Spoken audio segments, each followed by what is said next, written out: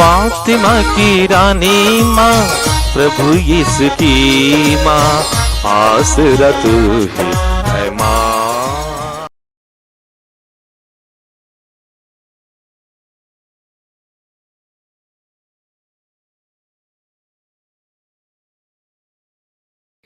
पहला पाठ रोमियो के नाम संत पौलुस का पत्र, अध्याय 4, पद संख्याएं 20 से 25 तक। इब्राहिम का विश्वास विचलित नहीं हुआ, उन्हें ईश्वर की प्रतिज्ञा पर संदेह नहीं हुआ, बल्कि उन्होंने अपने विश्वास की दृढ़ता द्वारा ईश्वर का सम्मान किया। उन्हें पक्का विश्वास था कि ईश्वर ने जिस बातों की प्रतिज्ञा की है वह उसे पूरा करने में समर्थ है। इस विश्वास के कारण ईश्वर ने उन्हें धार्मिक माना है। वह अपने विश्वास के कारण धार्मिक माने गए। धर्म ग्रंथ का यह कथन न केवल इब्राहिम से बल्कि हमसे भी संबंध रखता है। हम भी विश्वास के कारण धार्मिक माने जाएंगे यदि हम ईश्वर में विश्वास करेंगे, जिसने हमारे प्रभु यीशु को मृतकों में से जिलाया है। वही यीशु हमारे अपराधों के कारण पकड़ुआ दिए गए और हमारी पाप मुक्ति के लिए जी उठे। प्रभु की वाणी। ईश्वर को धन्यवाद। भजन अनुवाक्य।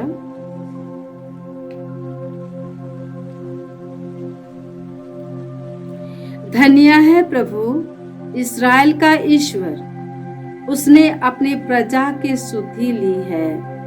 धन्य है प्रभु इस्राएल का ईश्वर, उसने अपनी प्रजा की सुधि ली है। उसने अपने दास दाऊद के वंश में हमारे लिए एक शक्तिशाली मुक्तिदाता उत्पन्न किया है, जैसा कि वह अपने पवित्र नबियों के मुख से प्राचीन काल से कहता आया है। अनुवाक्य। धन्य है प्रभु इस्राएल का ईश्वर, उसने अपनी प्रजा की सुधि ली है। धन्य है प्रभु इस्राएल का ईश्वर, उसने अपनी प्रजा की सुधि ली है। उसने कहा था कि वह शत्रुओं और सब बैरियों के हाथ से हमें छुड़ाएगा और अपने पवित्र विधान को स्मरण कर हमारे पूर्वजों पर दया करेगा। अनुवाक्य। धन्य है प्रभु इस्राएल का ईश्वर, उसने अपनी प्रजा की सुधि ली है। धन्य है प्रभु इस्राएल का ईश्वर, उसने अपनी प्रजा की सुधि ली है। उसने शपथ खाकर हमारे पिता इब्राहिम से कहा था कि वह हमको सब शत्रुओं से मुक्त करेगा, जिससे हम निर्भयता, पवित्रता और धार्मिकता से जीवन भर उनके सन्मुख उनकी सेवा कर सके। अनुवाक्य। धन्य है प्रभु इस्राएल का ईश्वर, उसने अपनी प्रजा की सुधि ली है। धन्य है प्रभु इस्राएल का ईश्वर, उसने अपनी प्रजा की सुधि ली है। जय घोष। हालेलुया।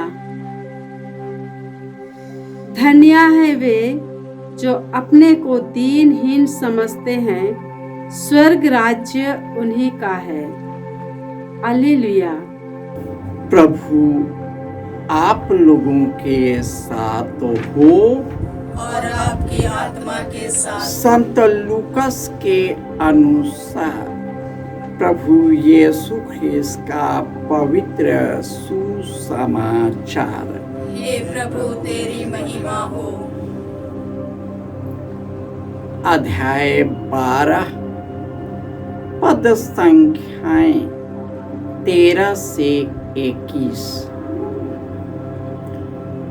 भीड़ में से किसी ने यीशु से कहा,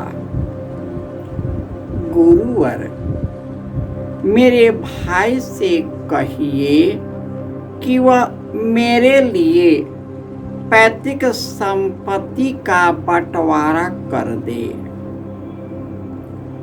उन्होंने उसे उत्तर दिया, रे भाई, किसने मुझे तुम्हारा पंच या बंटवारा करने वाला नियुक्त किया है?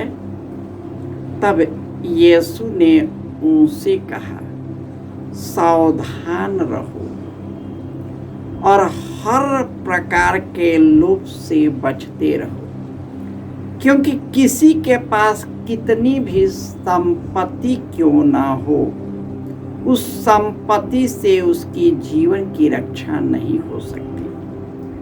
फिर यीशु ने उसे यह दृष्टांत सुनाया, किसी धनवान के जमीन में बहुत फसल हुई थी। वह अपने मन में एक प्रकार विचार करने लगा, मैं क्या करूं? मेरे यहाँ जगह नहीं रही जहाँ अपनी फसल रख दूं। तब उसने कहा, मैं यह करूँगा, अपने भंडारों को तोड़कर उनसे और बड़े भंडार बनवाऊंगा। उनमें अपनी सारी उपज और अपना माल इकट्ठा करूंगा और अपनी आत्मा से कहूंगा, रे भाई, तुम्हारे पास वर्षों के लिए बहुत सा माल इकट्ठा है, इसलिए विश्राम करो, खाओ पियो और मौज उड़ाओ। परंतु ईश्वर ने उससे कहा, ए मूर्ख, इसी रात तेरे प्राण ले लिए जाएंगे। जो कुछ तुम इकट्ठा किया है वह अब किसका होगा? यही दशा उसकी होती है जो अपने लिए तो धन एकत्र करता है, किंतु ईश्वर की दृष्टि में धनी नहीं है।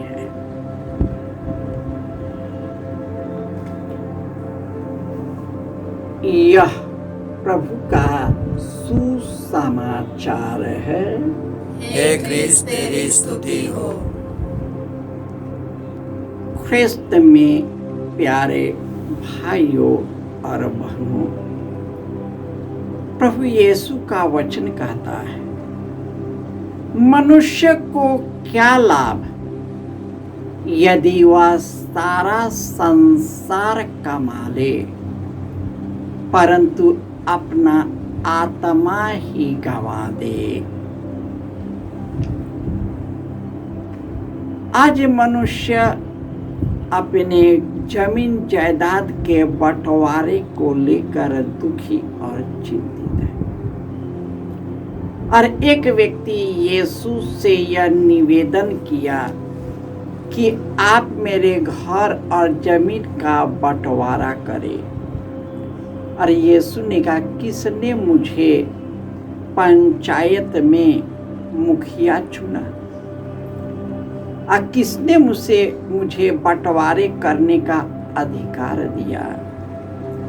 इसलिए वे कहते, सावधान रहो, हर प्रकार के लोभ से बचते रहो, क्योंकि किसी के पास कितनी भी संपत्ति क्यों ना, उससे जीवन की रक्षा नहीं। और यीशु एक घटना के द्वारा एक धनी व्यक्ति जो जमा पर जमा करता है और कहता है खुश हो जाओ, खाओ पियो मौज करो।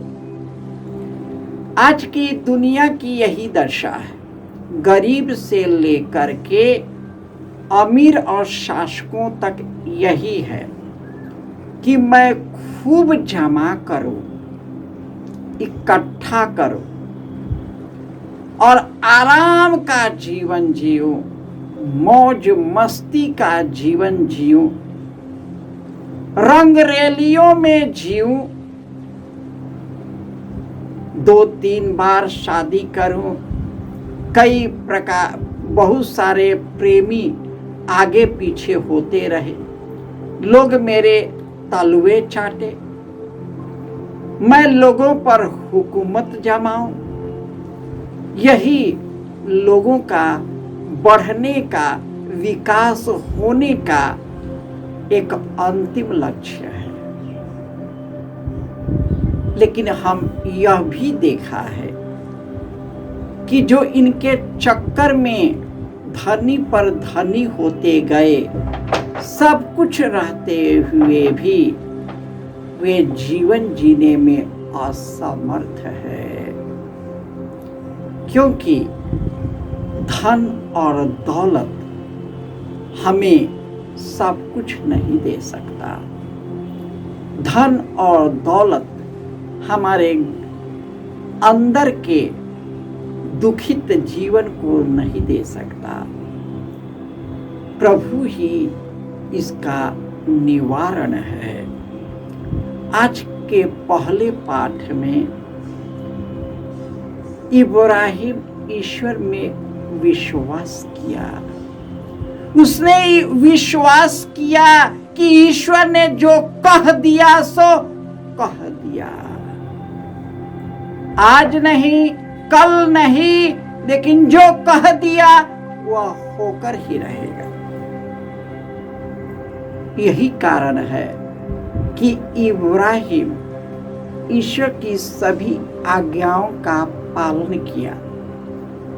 वह तात्कालिक सुख और आनंद की तरफ नहीं भागा। मनुष्य तात्कालिक सुख और आनंद की ओर भागता है और उसी में फंस करके लंबे जीवन से विमुख हो जाता है, अनंत जीवन से विमुख हो जाता है।